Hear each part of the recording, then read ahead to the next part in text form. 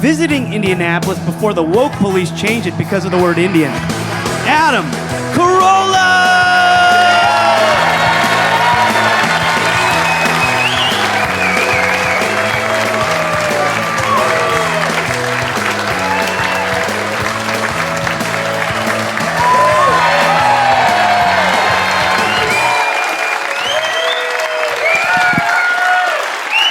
Yeah, get it on.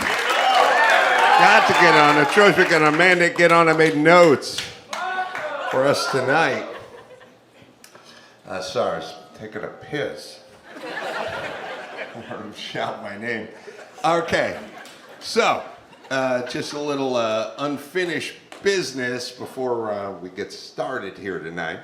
There's some travel controversy because I was supposed to fly home tomorrow morning. I live back in Los Angeles. You guys, while I like your town,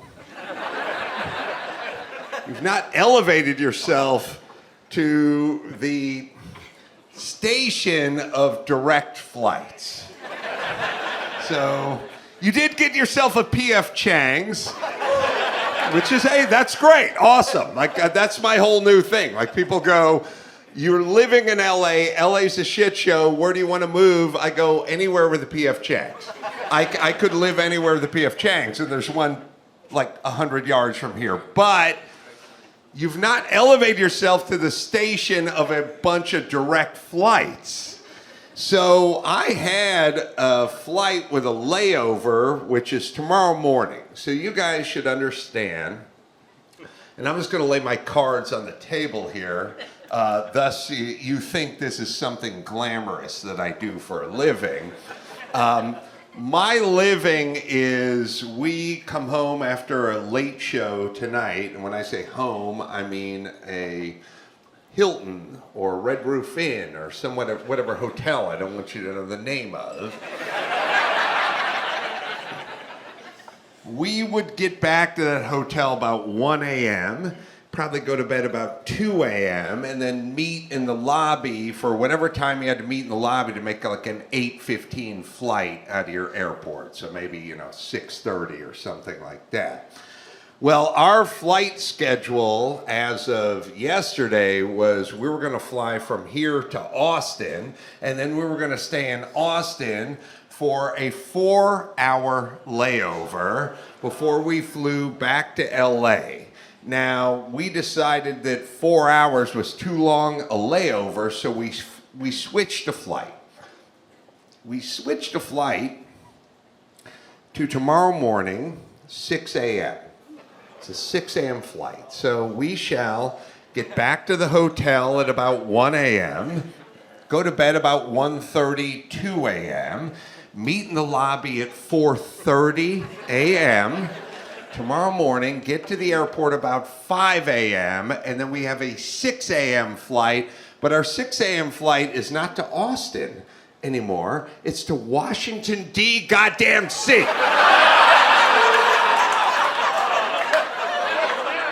So we shall be turning our backs on California and flying to D.C. Then we will spend 1 hour on a layover in D.C., and then we will fly 5.5 hours back to LAX, which will get us there about 11 a.m. LA time, which is better than 3 p.m. LA time, which we would have had to done with our 4-hour layover in Austin. But it still hurts to go, which way is home? And you go, that way. Which way are you all going? That way. Could you imagine telling that to the early settlers? You know what I mean? Like, imagine we had a covered wagon and you're in Indianapolis on a wagon with a mule pulling it. You're like, we're going to California. But first, we're going to D.C. Many of us will die along the journey. So we will be on a 6 a.m. flight while all you guys are sleeping off your nachos and your 2-drink minimums. We will be heading to D.C. tomorrow at 6 a.m. And then heading back to L.A. on a 5.5-hour flight because you guys do not have a city worthy of direct flights. So let's lobby our congressman. I also want to say this. I sit around in Los Angeles, and this is an observation, but you guys tell me if it rings true for you. I sit around in Los Angeles, I watch a lot of commercials. Commercials for pharmaceuticals, commercials for Subarus, commercials for every product under the sun. And I see they have the mixed couples, the mixed friends, got the Asian guy and the black guy and the lesbian and then the white guy. And they're all playing hacky sack in the park. And I go, that's bullshit. I've never seen that before. I exclusively hang out with white people. And then in Los Angeles, black people hang out with black people. That's the way it works. But I did the river walk. I walked your river. I walked the entire river this afternoon. I went all the way to the end where the waterfalls were, and then I went all the way to the end where it spilled out into the river that God carved with his dick so many eons ago.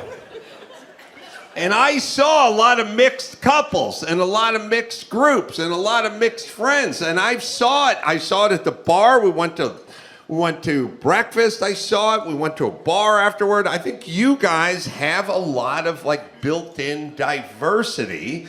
Not here tonight, obviously. This is essentially a Klan rally. And we'll talk after the show when the mic cools down. But you guys actually have what they portray on TV in Los Angeles, but you have it here in person. And also, it struck me as I was walking the river walk, they have the, it's an interesting thing? You can tell, so Mike August and I were walking along the river, and we're trying to figure out which places were apartments versus condos. And you try to figure out, well, what's an apartment along the river versus a condo along the river? And you can't tell based on architecture, and you can't tell based on siding, and you can't tell based on fascia or paint or roofing or anything. The way you can tell the difference between renters and owners is by the shit they put on their balcony. The renters have the fucking beach towels and the kids' toys and the fucking junk pushed out there. They treat the balcony like a storage facility, and the owners have nice furniture out there and a scented candle and wind chimes. That is the pride of ownership. But as we're walking across and around the river, I realized there was no graffiti, by the way. There was no garbage. I couldn't find a cigarette butt except for the one I threw out. There was nothing there that resembled trash or urban blight or graffiti or anything. And I also realized in LA, we could never have such a river walk. There would be homeless encampments by there. We couldn't even have a river. You guys don't have a railing. You just have a river. LA could not have a river without a railing. We'd have to have a fucking 10-foot fence around that thing. It'd have to be like a NASCAR event or something. There'd be barriers and fences. Otherwise, people would be floating in that river constantly. Let's see what else I wrote down here. I got the flight down. Oh, I made a note. Do you guys need, and we went into a tavern that was not too far from the hotel, like a pub. It was like a pub, had a beer, and they were just playing music, and some of it I liked, and some of it I didn't like. You guys need to hear the song Benny the Jets ever again. I don't. It's fucking 49 years old. It was played at the airport before I left. It was played at the pub when I got here. I don't know what it's about. I don't know who Benny is. It doesn't have an ending. It just keeps going. It's 9 minutes long. It's been 49 years. Could we just fucking shelf Benny and the Jets? Don't need to hear it. Don't like it. Elton John has Daniel. He has many other songs I enjoy. I do not enjoy Benny and the Jets. I don't fucking think that old queen even knows what it's about anymore. He's got a mohair suit. That's all I fucking know about Benny. He read it in a magazine. It has no fucking end to it. It's 7 minutes long. That's it. I've spent my entire adult life listening to Benny and the Jets. I don't know what it's about. I don't like it. I don't want to fucking hear it again. Let me check my notes again. Did I mention we have a 6 a.m. flight tomorrow? All right. I will, Benny and the Jets. That's all I see on my fucking page there. All right. So you guys have a clean town.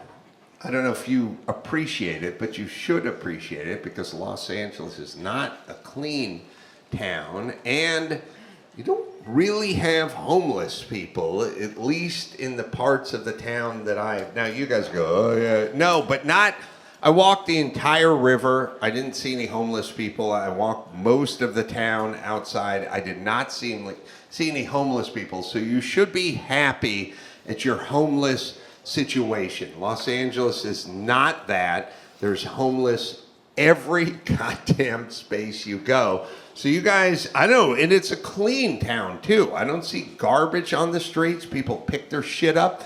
I do want to say, I do have a little bit of a beef, which is, so last night, so here's the schedule, and then I'll tell you what happened this morning. We flew out of Los Angeles. We took a Benny and the Jets over here. We flew out at 11:30 yesterday out of LAX. Took a direct flight because from LA you can go direct, but not fucking back. Took a direct flight out here, landed like 5:30 or 6. Came straight to the club. Did 2 shows.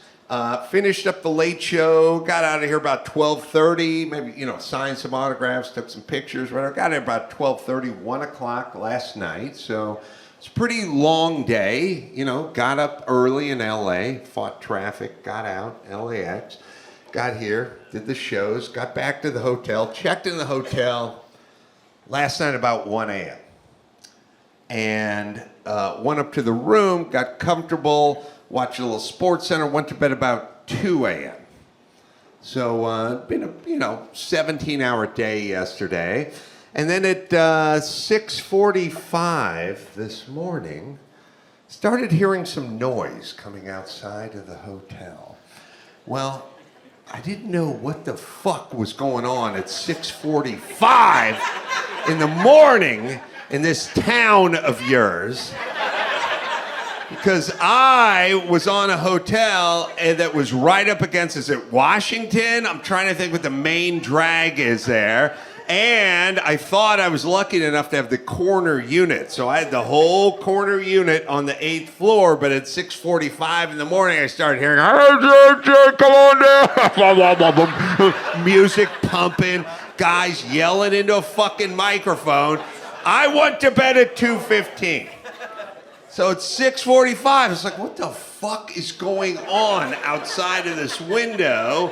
Well, you guys decided to schedule your 13.1 mile half marathon the goddamn day I blew into town. Do not applaud yourself, heroes.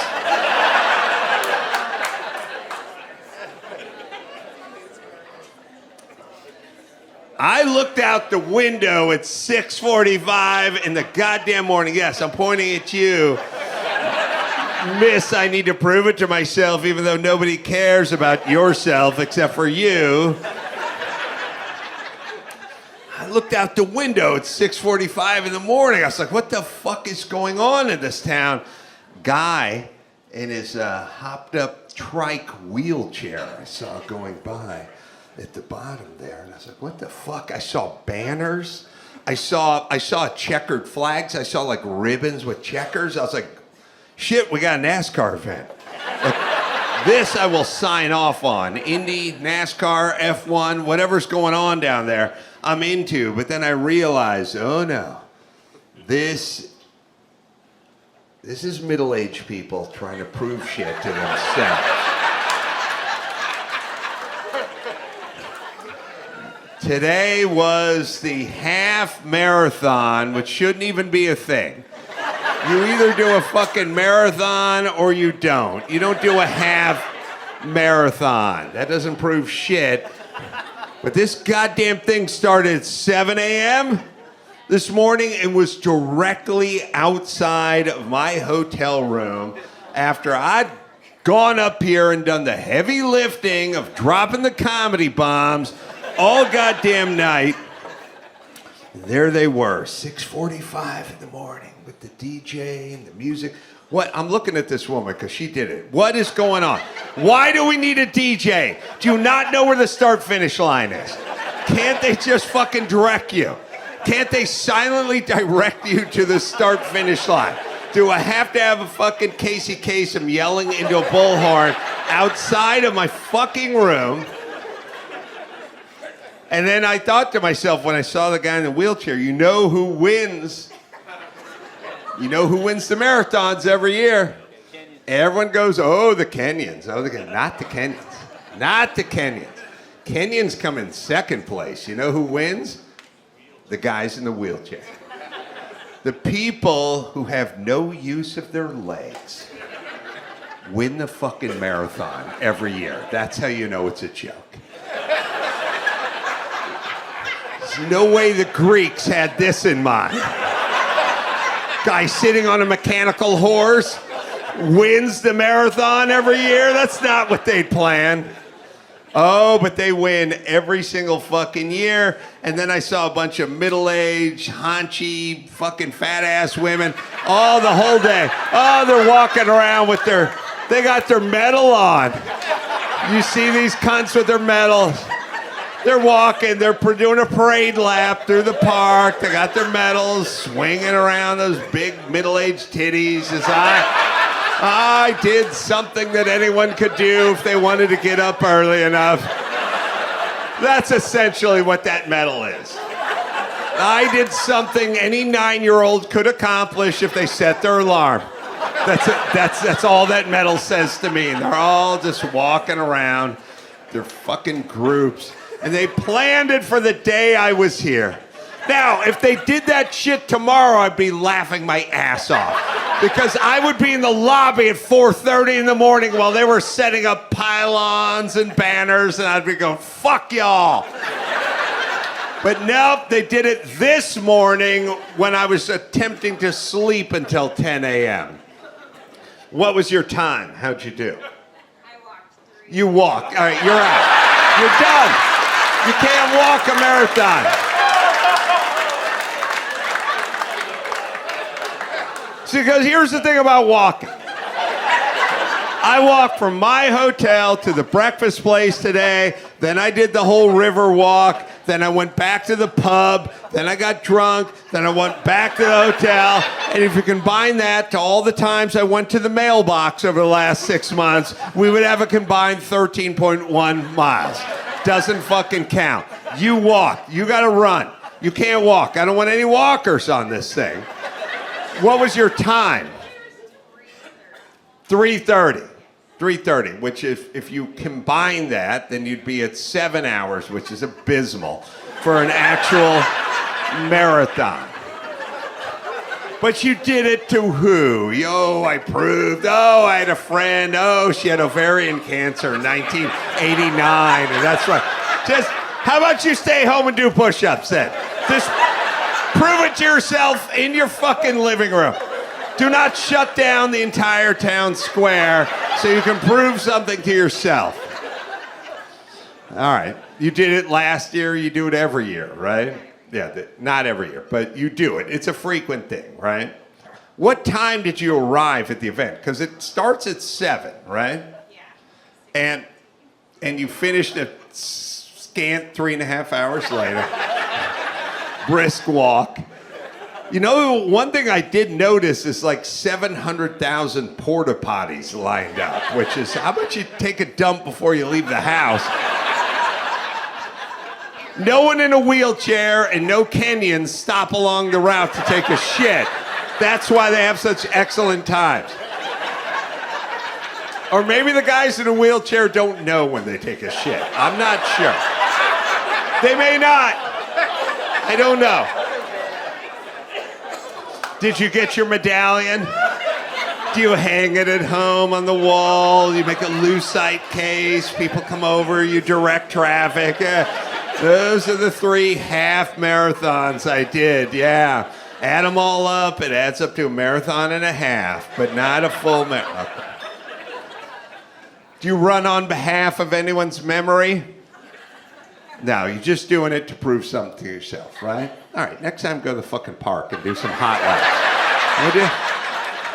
Prove something to yourself in your own fucking garage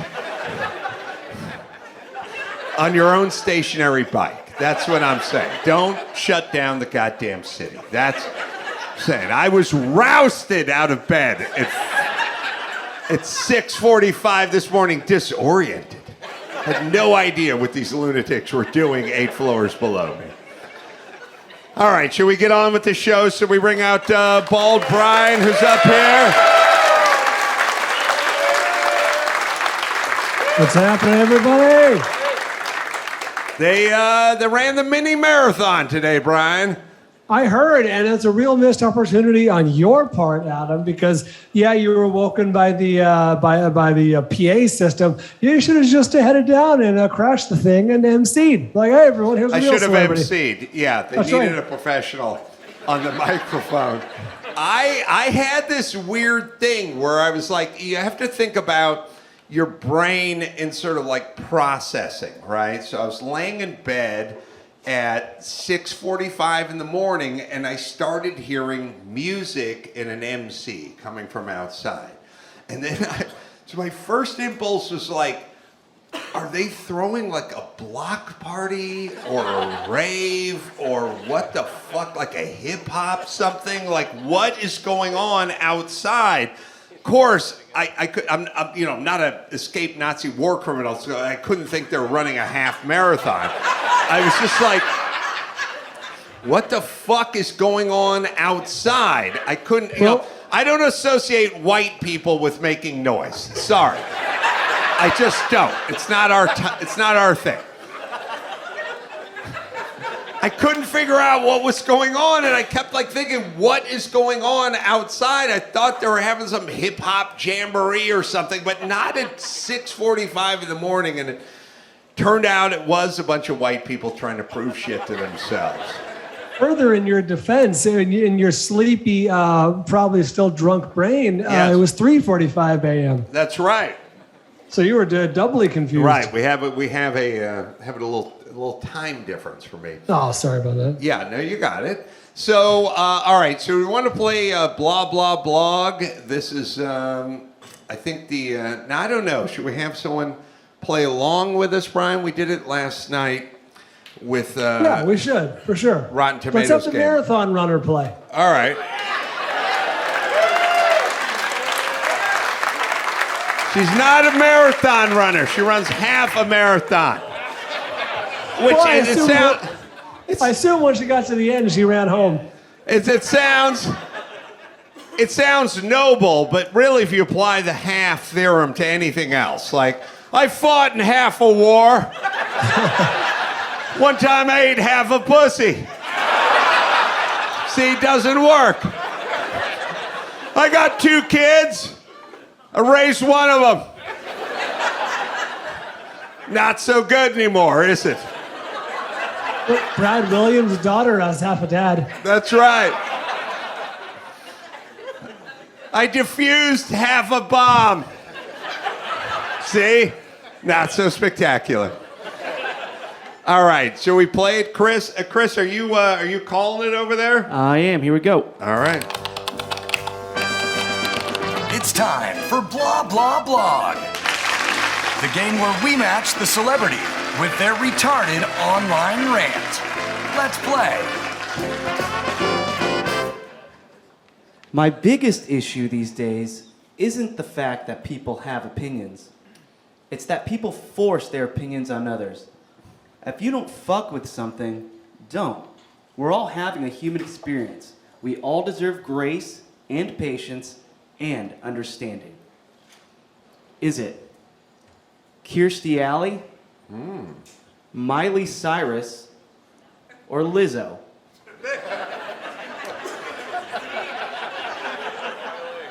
Kirstie Alley, Miley Cyrus, or Lizzo. So, let me give you guys my Kirstie Alley theory. There are people. I think, Bryan, you're like me in this way, which is if you put on 10 pounds, your face gains 7 pounds, right? Oh, yeah. Chris can dig up some pictures of me screening calls at Loveline. Right. So I get the big bucket head. So if I pack on just 10 pounds, I will see it when I'm shaving immediately. There are people, Kirstie Alley, who I like, who has a thin face. She has a face like an angel fish. It just doesn't gain weight, but her ass gets big. But when she's brushing her teeth, she sees a thin person wearing a bathrobe, right? Now, you may not like the big bucket head syndrome that I have and Bryan has, but it keeps you on the fucking straight and narrow. You put on fucking 10 pounds, your face fucking says it, and then you look in the mirror and you brush your teeth and you go, I gotta do something, and thus you never get the fat ass. Kirstie Alley has the thin face, puts the weight on her ass, puts on 40 pounds and never fucking sees it because she's constantly just seeing this thin, svelte face in the mirror. That's what enables her to pack the weight on.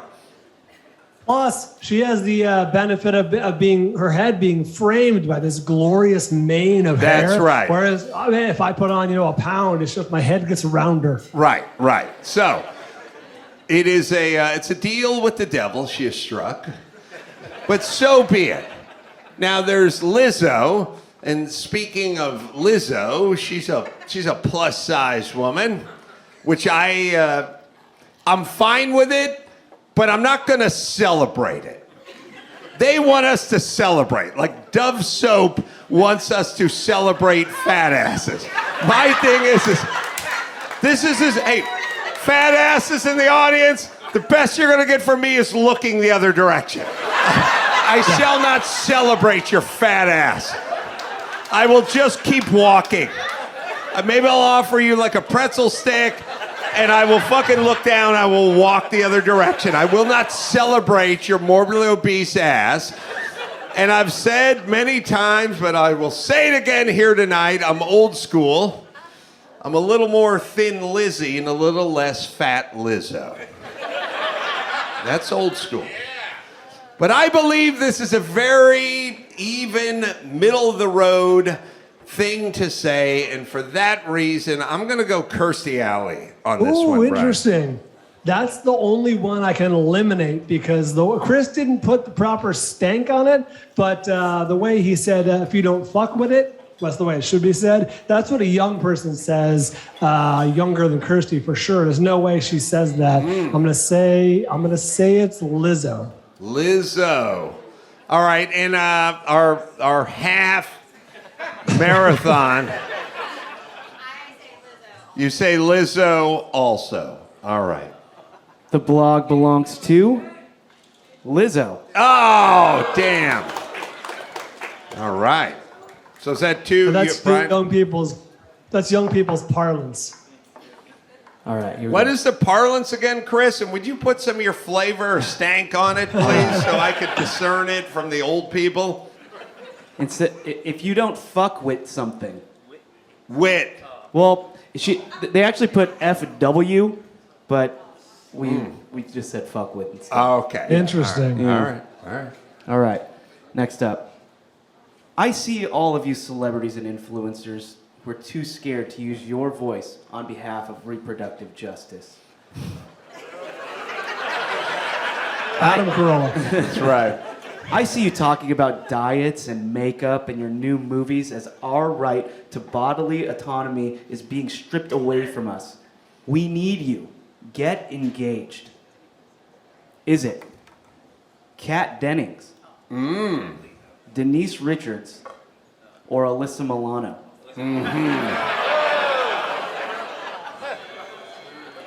Kat Denning, Denise Richards, or Alyssa Milano.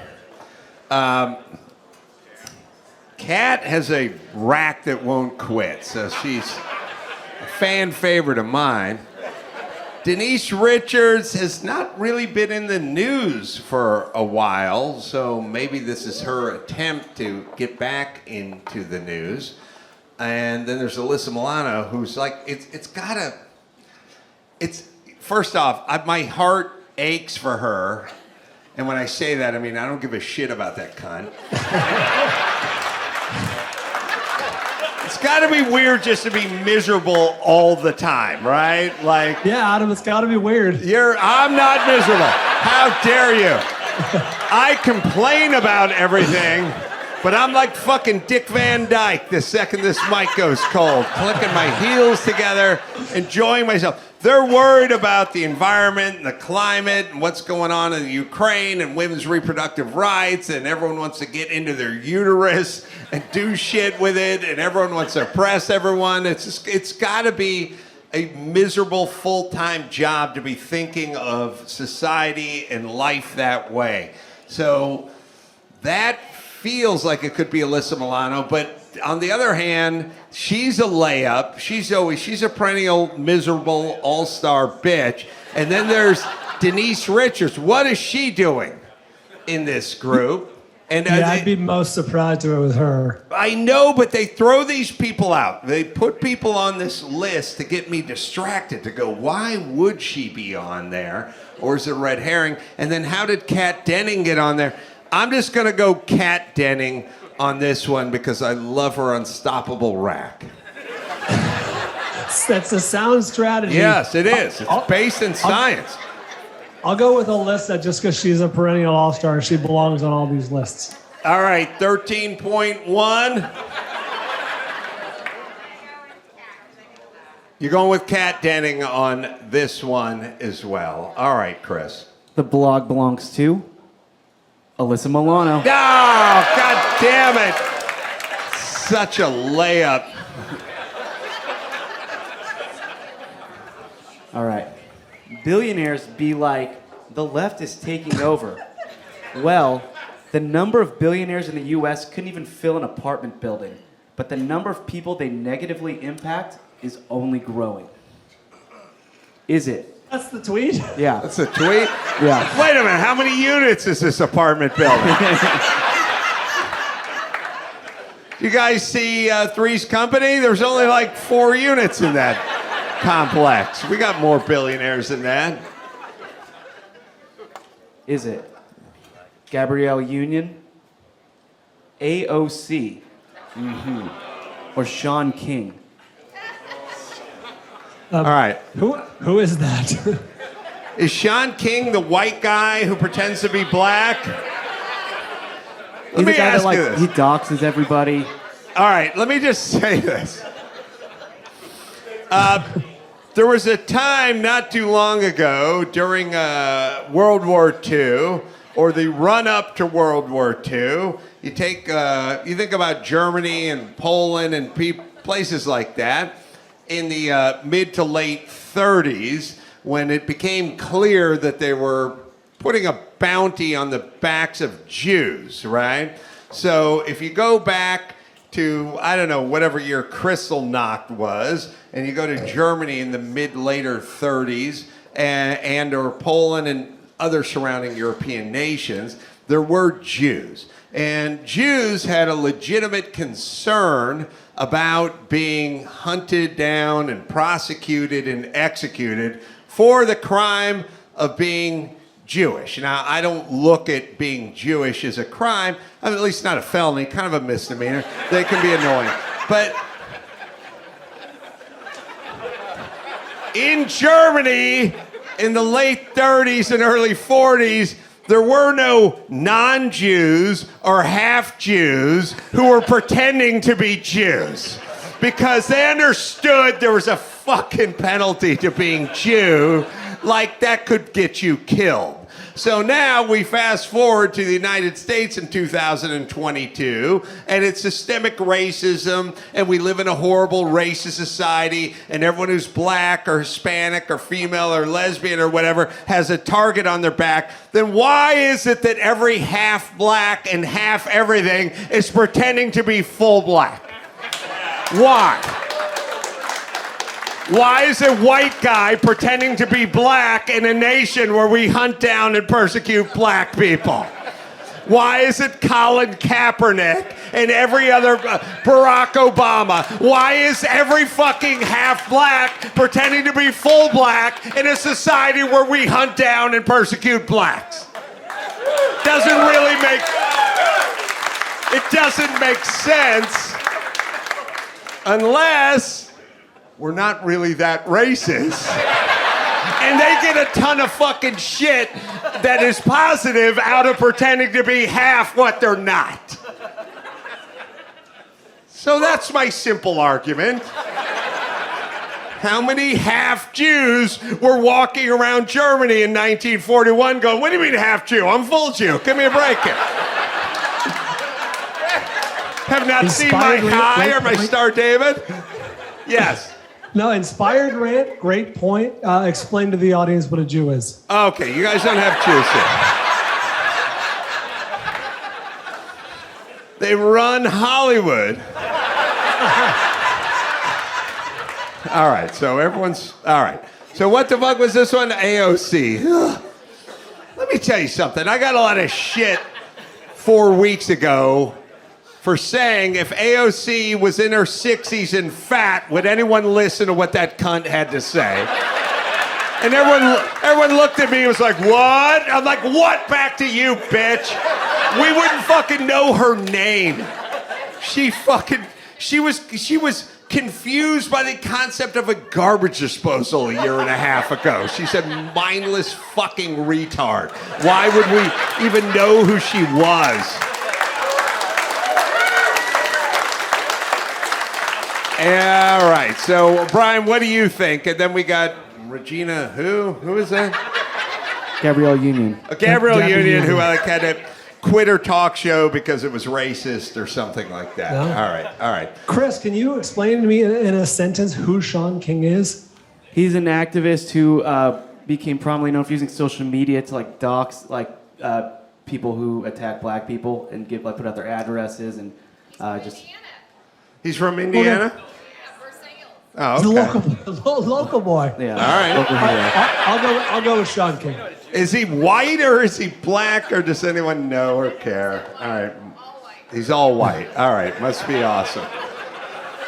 Why doesn't he get shit like, God, what's her name?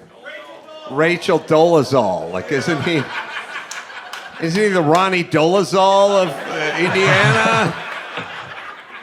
God, it's got to be tough in 2022. I'm still a race hustler. I got to fucking figure out a way to fucking turn a coin on calling everyone fucking racist all the time so I could write another book and get booked to speak at another university. All right, so Bryan, you're going with King? That's right.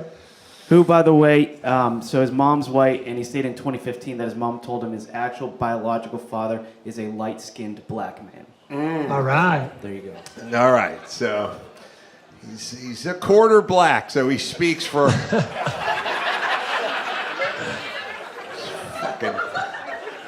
The people that are into all the racial justice are the people that are obsessed with what fucking skin tone every human being is. Listen, just fucking stand up and tell everyone to suck your dick. This guy's an asshole. Fuck him.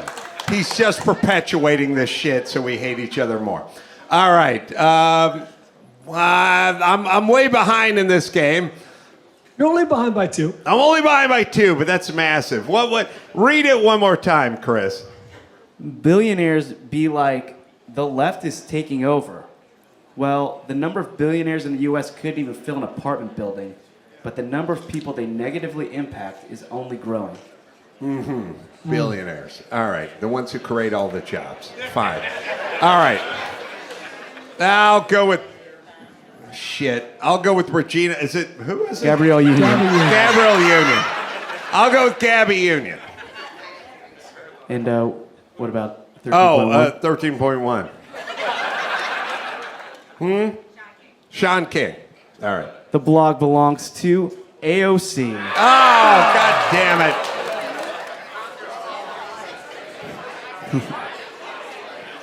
All right, next.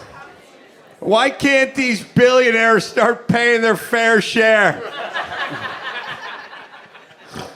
You know how much of a share my mom has paid into over her fucking flat broke lifetime? Fucking somewhere between jack and squat. We would have no schools, no buses, no programs, no lifeguards at the beach. If my mom's, whatever she paid in taxes, we would have fucking nothing. But why can't Elon Musk pay it? Okay, shut up, cunt. Shut the fuck up. Jesus Christ.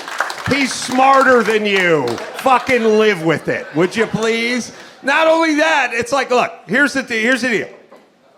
Elon Musk is 3,000 times smarter than AOC, and then he just adheres to whatever the tax code is. So if you're pissed off at him, fuck with the tax code. This isn't him. This is him paying what he's required by law to pay, which is a fuck of a lot more than your ass ever paid. Okay, but that's all he does. You want to fucking... Well, I don't even get what the logic is. Like, yo, Elon Musk, you only paid $3 billion last year. Why didn't you pay $3.5 billion? Because I paid what the fucking law required me to pay. That's all. That's how the system works. If you'd like him to pay more, then change the fucking system. And by the way, you're in the system, so go ahead and work that out. All right, what else?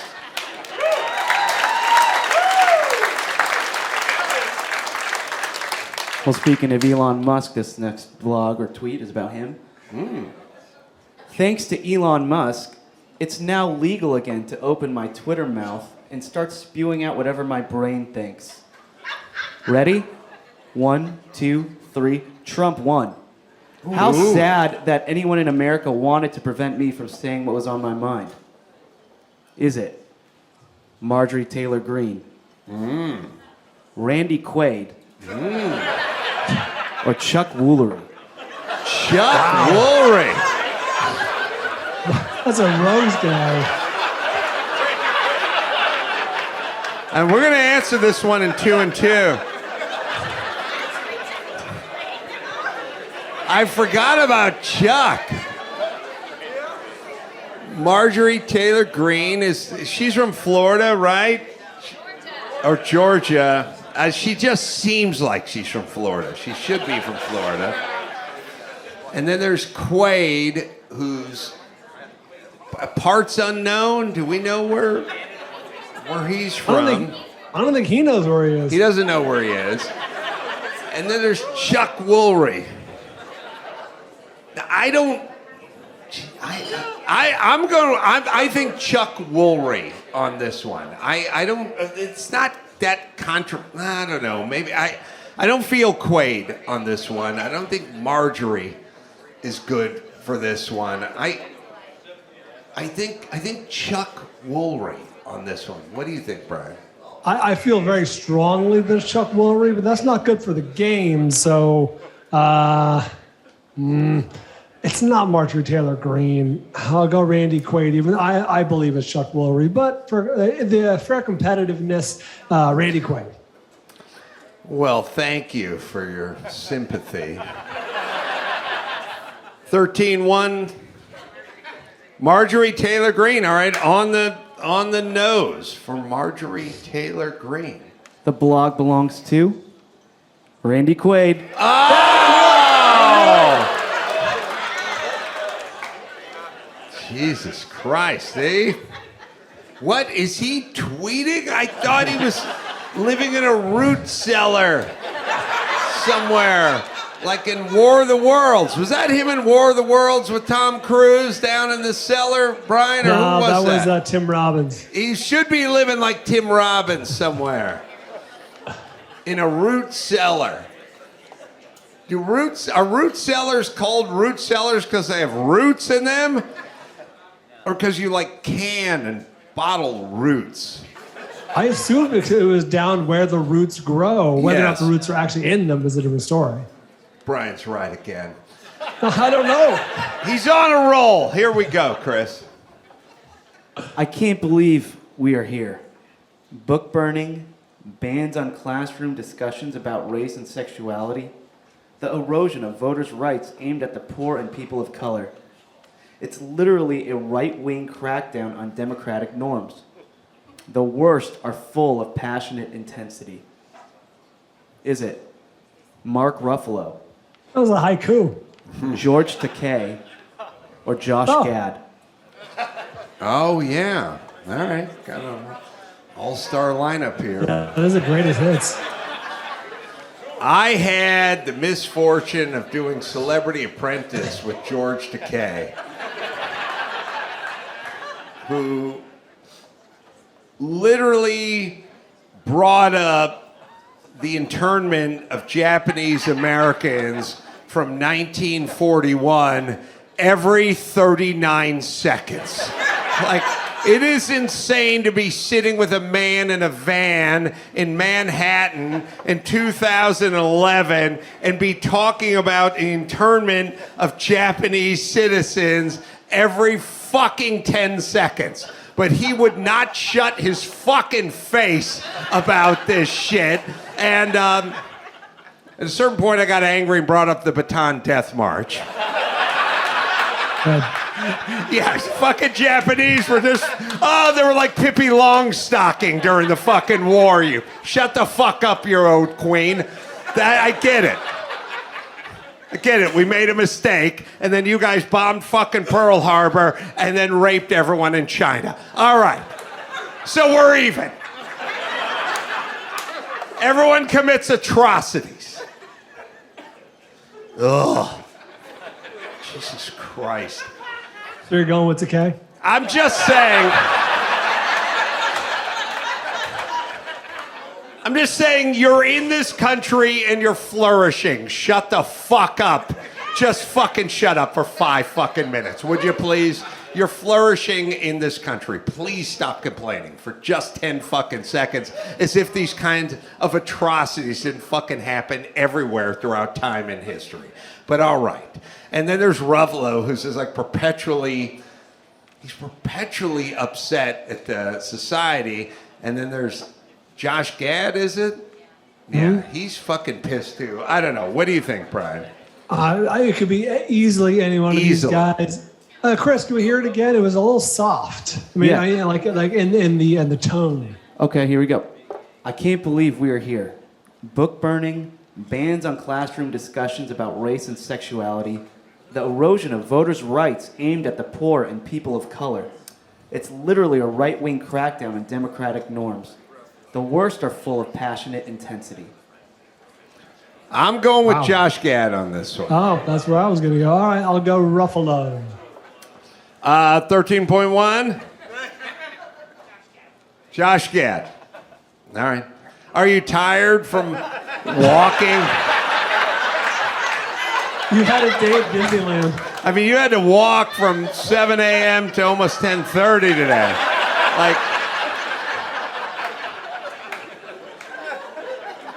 but what about people who like walk dogs for a living? Who just all day they just walk. Should they get a medal? Or is that just what they do? Okay, just checking. Just checking. I used to do construction. I'd have to walk around the construction site. Should I have earned a medallion every day? It's just part of the job. Okay, just curious. All right, so we got Josh, and Ruffalo. The blog belongs to Mark Ruffalo. Oh, Bryan. Bryan wins. is crushed it. I'm going to Until call the next time, slaughter keep rule. your fingers on your keyboards and your heads up your asses so we can play another round of Blah, Blah, Blah. Well, was mazel fun. tov to you, Bryan. That was That was a good game. That was a drubbing. I don't even know what drub is, but I just got drubbed. We got drubbed. It's not really used in other parts of our language. A drubbing, right? Like you could get a drubbing, but Is it a weather term? Like a downpour? I don't know. No one ever says like, "Oh man, I got a whole rack of ribs and I drubbed the shit out of them."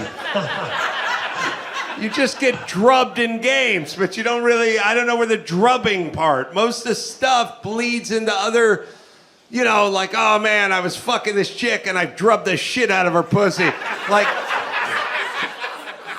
it usually bleeds in other facets of language, you know, drubbing. But there is no drub other than in a game. You just get drubbed. What's it? Someone use your smartphone and tell us what the origins of drubbed is. And then maybe I could apply it to other facets of life, you know? But I don't feel like it ever gets brought up except for in a sport context of I was drubbed or this was a drubbing. I don't even, it's got to be Old English. What is it? Arabic. It's Arabic. Boo. And what do we, and what does it mean? I mean, what, To beat. To rob a. to beat, in Arabic, to beat something is to drub. But no one goes, oh man, my old lady was giving me the stink eye, so I drubbed the shit out of her. Is that what it means, though? Oh, so I could drub a young lady who was eyeballing me? Or like, my dog took a shit on the carpet, so I drubbed his ass. I just don't feel like people know what I was talking about. I'm gonna drub the shit out of myself in the shower later. Yeah.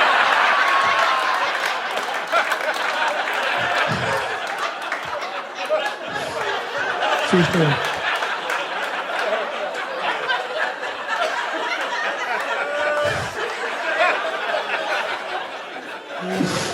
So it's Arabic for beat on.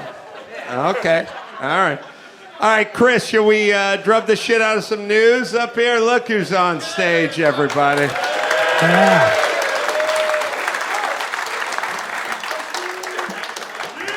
Hello, everybody. All right, Adam. So we did have the Indy Mini today. Yes, we did. The largest half marathon period.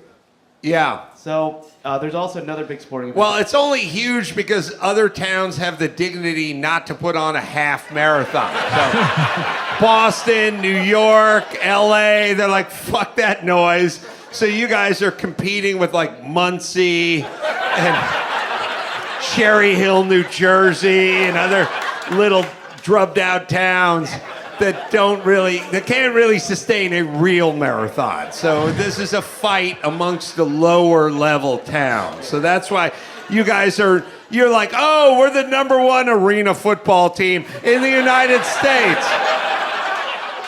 That's essentially what you guys are with your half marathon. Well, they're just down the street in Louisville. Louisville. There's a big sporting event, the Kentucky Derby. Oh, yeah. And just about an hour ago, they had their winner. Rich Strike is the name of the horse. Oh, they ran the Kentucky Derby? Yeah. I thought they did that on a Sunday. What do they do it? All right, they do it on a. Is it Saturday every year? Okay. Yeah. All right. Sunday's Day of the Lord. out there. Okay. Yeah, I guess you're right. So Rich Strike won. The thing about that is Rich Strike wasn't even supposed to be in the race. He entered, the horse entered Friday because another horse had to drop out. So it was in 20th position. It won with 80-1 odds. Oh my God. Yeah. Biggest upset ever. Do you guys realize if I had just put $7 million on that horse, or even $4 million, I could retire. 80-1. 80-1. And Drake put $250,000 on that horse. No, I just made that up. He bets on shit. I don't know. So, yeah. Drake's a Canadian black guy. I don't want to confuse the partisan crowd here. Not since 1913 has there been an upset that big. 80-1. Yeah. Wow. Are the guys, and I don't know how many guys there are, but who is setting the odds, and then who makes sure those guys don't bet on the fucking horses? Because I would set those odds and then bet on that horse if I was the odds. Is it, I don't know, it's Vegas, it's Jimmy the Greek's son, I don't know who it is, but like, there has to be more than one person setting the odds, right? Yeah. And then you have to prevent that person from betting on the horse, because if he fucking stacks the odds and then, all right, anyway. All right, well, let's see here. So, baseball is happening right now. I don't know if you heard a lot of baseball news, but there's a player that Bryan should be familiar with, Madison Bumgarner. Yeah. Oh, yeah. Former hero for the Giants. Yeah, Yeah. pitcher. Or Mad Bum, is his nickname. So, weird thing happened on Wednesday. So, he was pitching, and in the first inning, he threw a few pitches that he thought were strikes, but the umpire was calling balls. And he kind of gave the umpire a look as he was leaving the mound at the end of the inning. Give a look. Yeah, just kind of gave him a look. It's like you're being ridiculous. And then so he walks over to the dugout. There's an umpire waiting there, and I guess what they're doing is they check the hands of the pitchers to see if there's any sticky stuff. They've been doing it, and usually it's real quick. You just go up, pitcher shows his hands, the umpire checks it, and then they go back in the dugout. But this umpire saw what Madison Bumgarner said to the home plate umpire. With a look. With a look. With a look. And takes the umpire's hand, takes Madison Bumgarner's hands and just starts rubbing them, like massaging them. That's nice. But is not looking down at the hand. It's just making straight eye contact with Madison Bumgarner. And it's weird. Like, you can look it up when you get home. It goes on for a long time. And it's so odd. So Madison Bumgarner just looks up and just goes, "Take your fucking time, man." And the umpire goes, "You're ejected. You're out. You're Right. out." And just immediately ejects him. And then it gets in a huge scuffle. Coaches come running over. And it became a really big deal with, like, umpires just taking a little too much privilege with throwing people out. I mean, this is probably the most hostile I've seen, like, fans and players get with officiating. Like, the refs you suck chant is pretty much every basketball game I watch now. How can you, if you're the home plate umpire, how can you really ascertain like a stink eye from 60 feet away? Like, Yeah. I just feel like that's not provable. You looking, first off, you have to look into home plate anyway. That's where your gaze is. Secondly, It was more than that, I think. It was more of like... he like, can walk off, Yeah, it was a walk complaint, back like- to the dugout, give a look. You got to Body jump movement. over the stripe, otherwise bad luck. Otherwise, Yeah. your family's gonna die in a Yeah. fire because it's just Tragic. fucking science. Just step over that stripe. The guy who probably started the myth of you have to jump over the stripe when you're going back to the dugout, either the third base or the first base stripe. I bet it was the guy who stripes the field. That was a groundskeeper. I bet in the 30s there was a superstition that you had to kick the stripe for luck on the way back to the dugout, and then somebody went, you'll kill your family in a bus accident. And then they went, oh, stay off my fucking stripe. Whoever's pushing that fucking chalk box fucking started that fucking wives' tale, right? Everybody jumps over the line I draw Yeah. in order to do that. Really yeah, good. I agree. I don't like all the part about baseball. I don't like is all the kind of superstition, which is, I was all right. Like I was all right with the batter doing the smack on the cleat with the bat. You know what I mean? Where they did like in between pitches, they do the tap, they do the tap on the cleat. Fine, you're there, you're dug in again. And then at a certain point, there was a lot of like action going on with the helmet, and then they start putting the pine tar on the front of the helmet, which is totally unnecessary, and I would fucking fight that in court. Then, in the last like 8 years, they started with the Velcro on the batting gloves. Yeah. You guys know what I'm talking about? The guy steps out, undoes the Velcro, and does it again. It's a ritual. It's a fucking ritual. Like, these guys have ADD at this point. Like, what's going on? First things first. You don't even need to fasten the Velcro on a batting glove. It will work just fine. It's probably cutting off a little of the circulation to your fingers because you've done it. These guys step out of the box, undo the Velcro, reattach the Velcro in the exact same place in between pitches. The average pitch count is 7.5 pitches, and it's 161 fucking games. Do you know how many times you unfasten and refasten your fucking batting gloves? 7,000 times over the course. And where does it end? Where does it end? Hold on, I gotta untie and then tie my shoe again. Yeah. I'm gonna fucking take my pants down and pull them up again. I'm gonna redo my belt.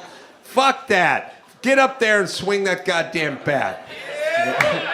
And what were they looking for? They used to look for Vaseline under the cap, right? Like when we were growing up, the guys would doctor the ball with Vaseline. You guys remember that? They put it like underneath their bill, which is kind of damning if you find Vaseline underneath the bill of a ball cap, because many Americans wear ball caps, but if you stopped your average American who was wearing a ball cap on the street, less than 40% of them would have Vaseline on the underside of the bill.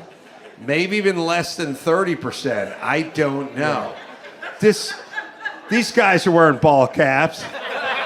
Let's just do a quick experiment. We got, is that a ball cap? No, that's a cabbie cap. All right, we got 1, 2, 3. We got 4 over here. We got 4 guys, 5. Out of the 5 guys I can see who have ball caps on, how many of you have Vaseline? Yeah. Just 3 of you? None of you. It's unnecessary. That's my point. Yeah. So what happened? So He got tossed. he got tossed, and then everybody's criticizing umpire Dan Bellino, saying he's just getting a little too trigger happy. So he goes and makes a statement where he apologizes. He says, Oh, how nice. I would like to address my actions on May 4th involving Madison Bumgarner. When I began my MLB career almost 15 years ago, I received some good advice. Hold on. Don't do almost 15 years ago. Do over 10 years ago. Yeah, that's stronger. It's stronger, right? When I started my MLB, refereeing or umpiring over a decade ago. You go over a decade. Don't go almost 15, but keep going. Well, he says when he began his MLB career almost 15 years ago, I received some good advice. I was told to umpire every game as if my children were sitting in the front row. I fell short of those expectations this week.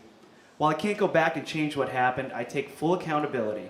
I will learn from this incident, and I sincerely apologize. Good. All right. We need more of that. Yeah. That's fine. Yeah, I like that too. Yeah. Hey, speaking of baseball, Adam, survey the crowd just real quick. Obviously, I know who Indy roots for in basketball and football. Who's the baseball team out there? Who do we root for? I mean, Cubs and Reds. Cubs, Reds. Who's closer? You got to go who's closer. Who's closer? Reds? Big red machine. Come on, man. Your minor league team are the Indians, right? Yeah. We got to change that. Yeah. That's not going to last long. All right, let's do some Indiana news. So a Dollar Tree manager is no longer with the company after posting a sign at a Bremen, Indiana store warning that it wouldn't hire Generation Z workers. Good. So everybody is on board. The sign complained that the store was forced to close after 2 young workers quit.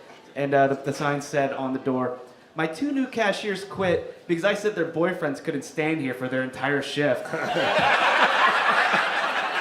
They wanted them to? Yeah. And then it said, "Don't hire Gen Zs. They don't know what work actually means. We are now hiring baby boomers only. Thanks." Oh, wow.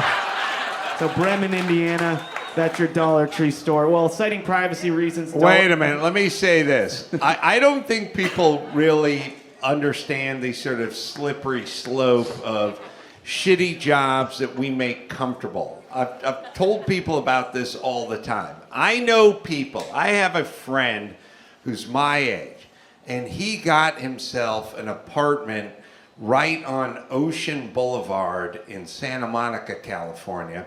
And that apartment is probably worth like $4,600 a month. But at least maybe $6,500 a month. But it's rent control. So he gets this $6,000 a month apartment for $900 a month. So you go, oh, good for him. Except for the joke is on him because he's never going to leave, which means he'll never fucking own, which means he'll never have any assets to leave behind to his kids or accrue any wealth or whatever. So be careful about the thing that seems comfortable because we've removed the misery index from it, which keeps you sedentary and exactly in the same place you would have been when you were 23 years of age. Now, here's the thing about shitty jobs. They're supposed to be shitty. They're supposed to have a certain discomfort level to them. You're not supposed to work a grill at a McDonald's and enjoy yourself.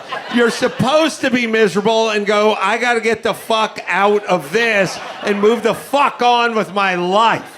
But what we're doing now is we want you to be well compensated and well treated and well taken care of, which will just keep your ass in the career version of the subsidized apartment unit, which means you'll fucking blink your eyes and you'll be 60 years of age and you'll be at the same fucking shit job at the Dollar Tree.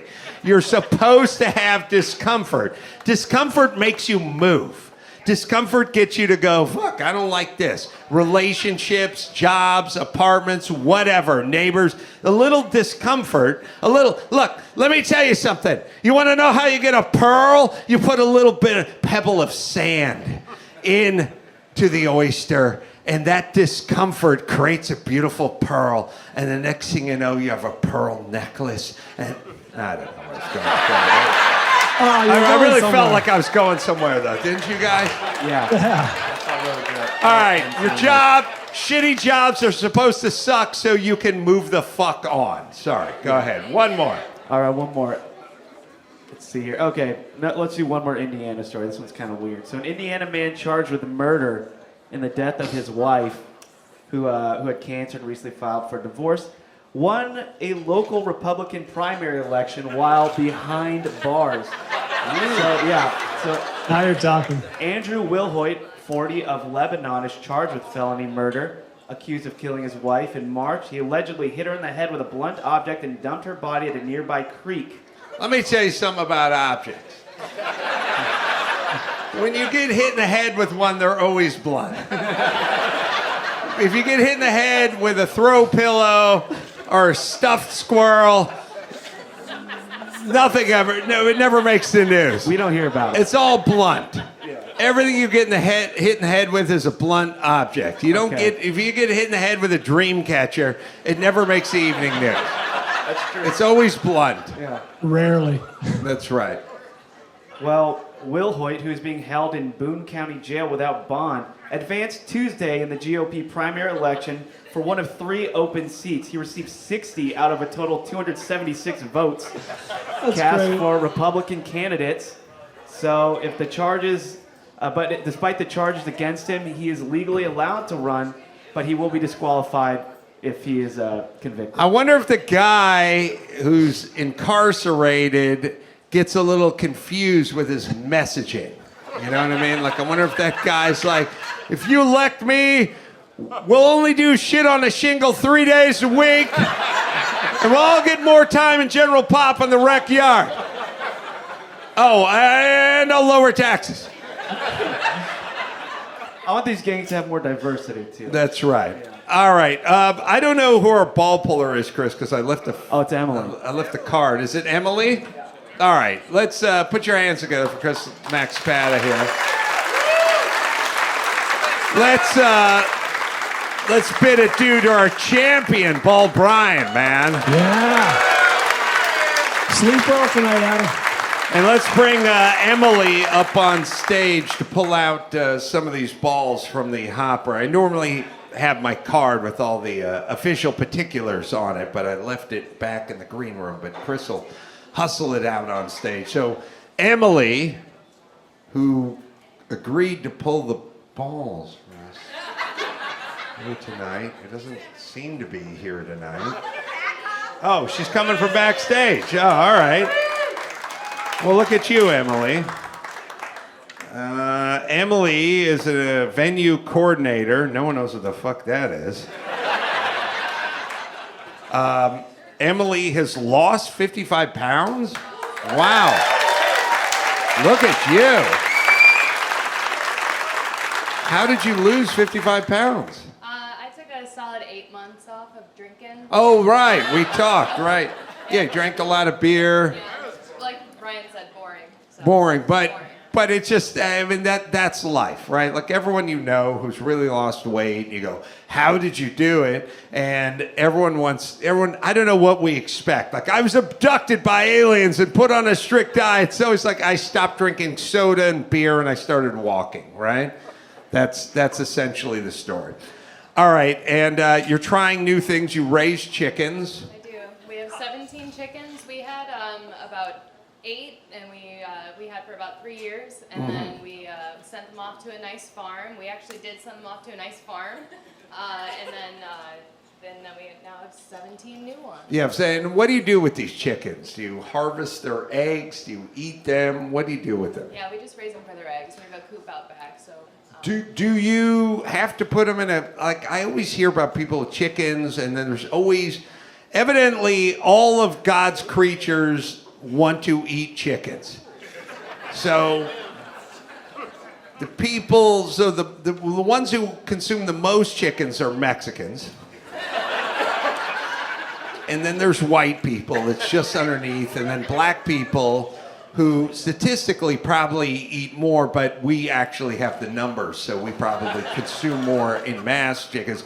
And then it's every other bird that flies, every hawk, everything in the sky, every raccoon, every feral dog, like everything wants to eat a chicken. So you have to protect them? Yeah, so we have a nice coop out back that keeps them all safe from all the raccoons, any flying hawks, and then we have like a chicken tractor, which is what you just carry them, or you like take them. So hawks and raccoons and everything would eat chickens. Yeah. All right, have a seat, spin the ball, hopper around. And there's your ball. Wow, look at you. I got it. Oh, come on. You did it with a certain amount of flair, which I like. Cafefe. Put the mic right up to your mouth there. Cafefe. What is cafefe? It's a what? Oh, Trump tweeted it? Oh, but do we know what it means? All right. I'll tell you a Donald Trump story. Well, I mean, we have Trump jokes.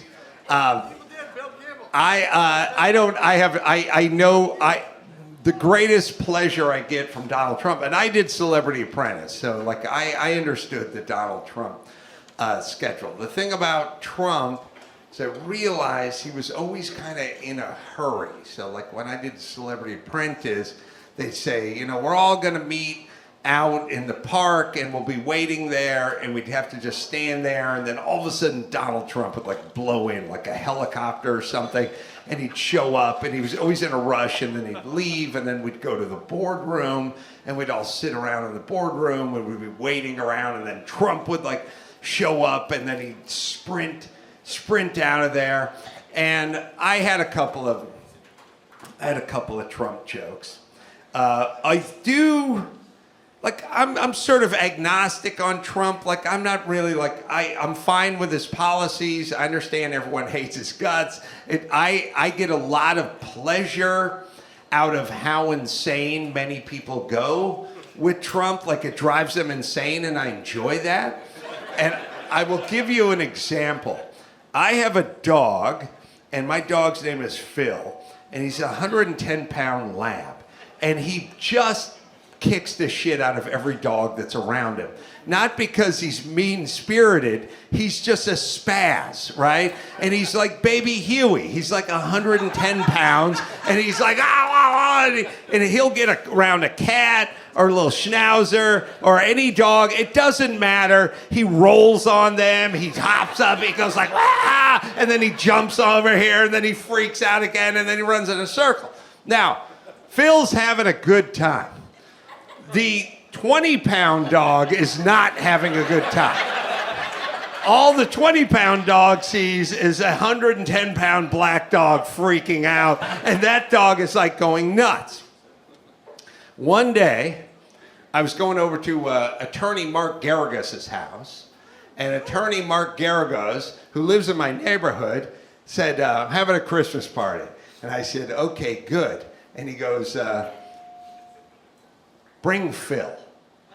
And I said, all right, but Phil's going to get in your pool. He's going to take a dip in your pool. Then he's a water dog, and he's going to roll around in the dirt. Then he's going to like run through the house. And he goes, no, I got a dog named Brody. And I'm like, all right, well, Phil's going to fuck the shit out of Brody. Like, Phil's going to fuck Brody up. Not because he's mean or aggressive, just because he's nuts, And Mark went, I said, how big's Brody? He's like 60 pounds. I said, oh, okay, be prepared. He's going to be a bottom. And Mark Garagos was like, Brody's pretty fucking nuts, too. And I was like, oh, good, they'll have a nuts off in the yard. Good, let him do it. I brought Phil over. He's got his dog, Brody. Brody went fucking nuts on Phil. Phil, it was basically like what Buster Douglas did to Mike Tyson. Like, Mike Tyson is normally used to walking forward and intimidating everyone. Buster Douglas is doubling up on the jab and then coming with the overhand, and Tyson was like, what the fuck is happening? Why is this guy bringing the fight to me? Well, Brody beat the shit out of Phil. I came out the yard like 2 hours later. Phil was covered with dirt. There was no sopping wet, and Brody was dry humping Phil. And Phil was like, oh, Phil had been out-filled. And that's why I love Trump. Next ball.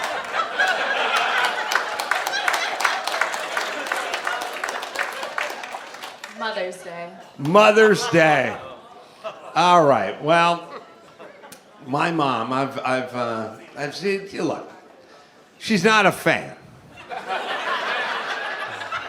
Let's be honest. Some of you. Did anyone here, or we have any helicopter moms here? Oh yeah. You got a helicopter mom? So you're always hovering over the kids. What's a helicopter mom? Like always in the kids' business, always hovering around, always involved. Too much, but you're there, very involved. But you can't help yourself. You're a helicopter. Yeah. My mom, not a traditional helicopter mom. A little more the last helicopter out of Saigon.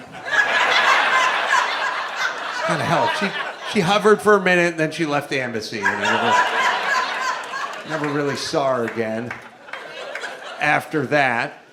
Mother's Day is... it's good for the ones who really love their moms, right? It's weird when you're sort of lukewarm on your mom, but society's intervened and forced you to do something on behalf of your mom. Like, what percentage of people here, like I would say, like, who really loves their mom? Could we see a show of hands? So that's all right. So it seems like a lot. And then how many would be like? How many would say I give my mom a 6? All right, the helicopter mom and the helicopter Tom, the dude behind her. And like, how many people are below a 4 with their mom? I was thinking back. I was talking about this on the podcast, but I was thinking about this. I don't know why. You guys have these little flashes every once in a while of like conversations you had with your mom when you were 7 years old or 5 or 14 or whatever. And I had this weird flashback, which is my mom. I was a I don't know. I was probably a troubled kid. I was not a good kid, and I was probably like acting out. And my mom read some sort of self-help book that basically said, like, you shouldn't criticize your kid. Like, you shouldn't go, you're bad.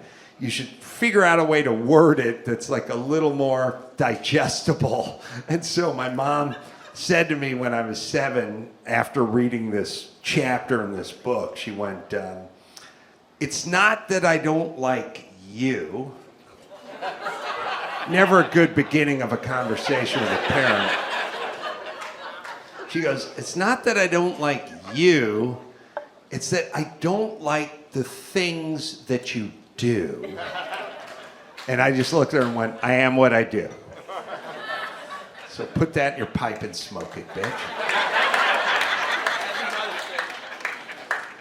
But what do you guys do on Mother's Day? Do you do brunch? Do you do flowers? What is it that we... What are you going to do, Emily, for your mom? I'm gonna buy her tickets to a show in Chicago. Oh, really? She's in Chicago? No, we live in Northwest Indiana, so I'm gonna take her to dinner and a show. What show? I don't know, maybe a show on Broadway. Puppetry of the Penis? Yeah. Can we all just be thankful that Puppetry of the Penis is not really a thing anymore? And that all those guys are putting in applications at the Dollar Tree at this point? Because here's the whole thing, like, if you drive a forklift or you're a welder and your job fucking goes belly up, then you can get a job somewhere else welding or driving a forklift. But if your job is making puppets out of your junk and that business dries up, you can't walk across the street. Like, I don't even know how you get a raise when you do Puppetry of the Penis. You know what I mean? Like, I want a raise. Sorry, your cock and balls aren't worth a fucking nickel more than I'm paying you. Well, you know what? I'm going across the street to the Starbucks, and I'm going to do this maneuver with my dick and balls I call walking the dog, or cats in the cradle. And we'll see who gets paid or arrested. Sorry, do we have another ball there, Emily?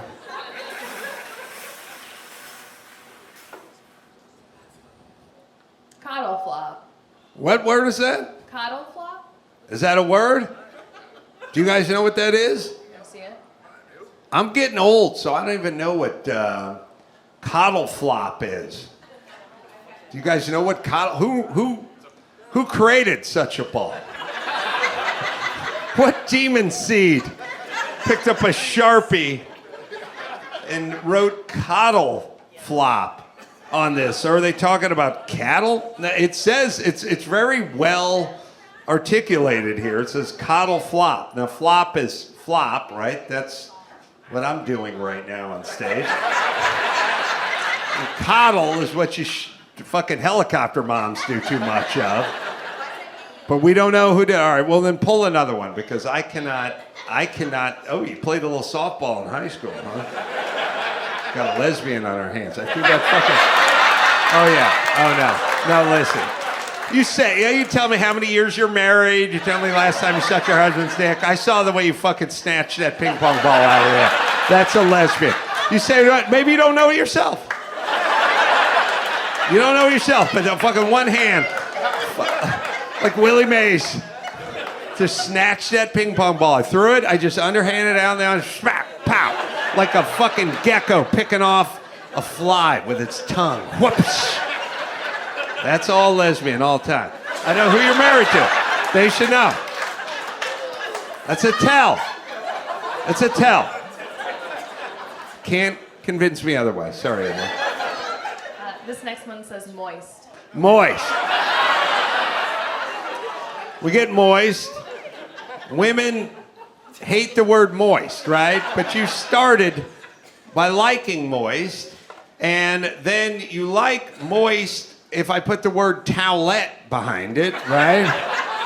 So it's like moist you don't like moist. You all make a face with moist. But if you put towelette or moist, if you put gerizer behind it, you fucking love that, right? You bathe in gerizer.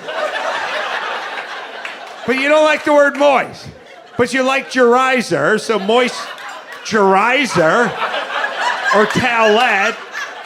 So what if I said like Holocaust? And you're like, oh, no. What if I said Holocaust gerizer? And you went, oh yeah, I'm in. Fucking count me in. I love it. So how does your brain work? You don't like this front word, like you don't like, let's say, ethnic cleansing. But if I said ethnic cleansing gerizer, you'd be like, I fucking love that shit. Or if I said ethnic cleansing towelette, now you're all down with the cause? I would argue you really don't hate the word moist that much if the gerizer part you're in love with or the towelette you're in love with. And then, what is it? Do you do a lot of moisturizing? Personally? Yes.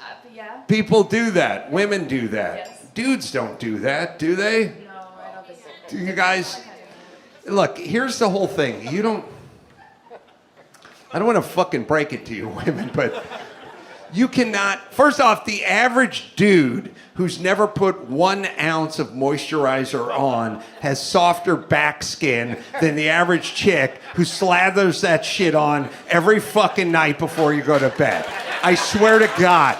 I swear to you, this is a fool's errand. You got every night before you go to bed, it's like you fucking lube yourself like you're trying to escape from a sewage pipe in prison. Like every night. Like, oh, I have to do it. No, you don't have to do it.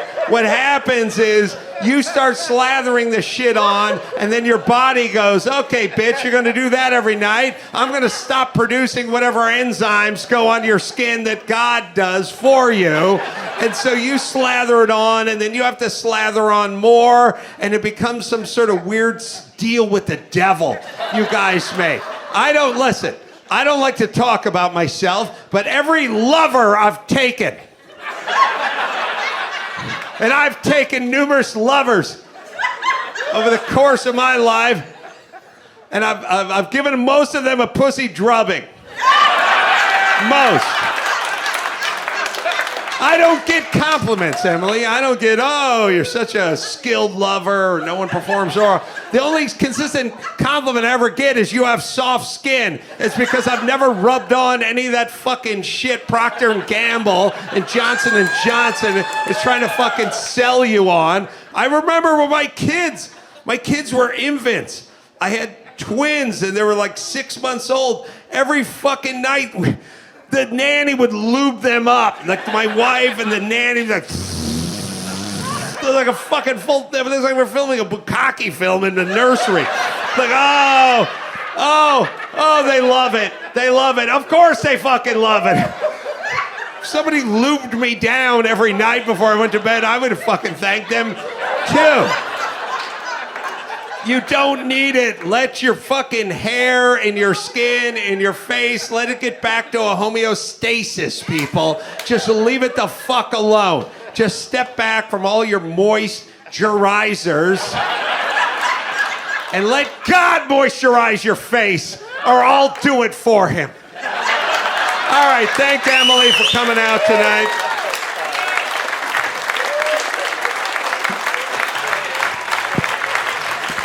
I want to thank you guys for coming out. I want to thank Emily. I want to thank Chris Maxapan. I want to thank Paul Bryan. Until next time, this is Adam Carolla saying mahalo. And he's pushing a shopping cart filled with shit on the side of PCH, and he motors right past me. I'm like a fucking junkie with a laden shopping cart, high on fentanyl, with one flip-flop, is making better time than you to LAX. That's what's happening right now.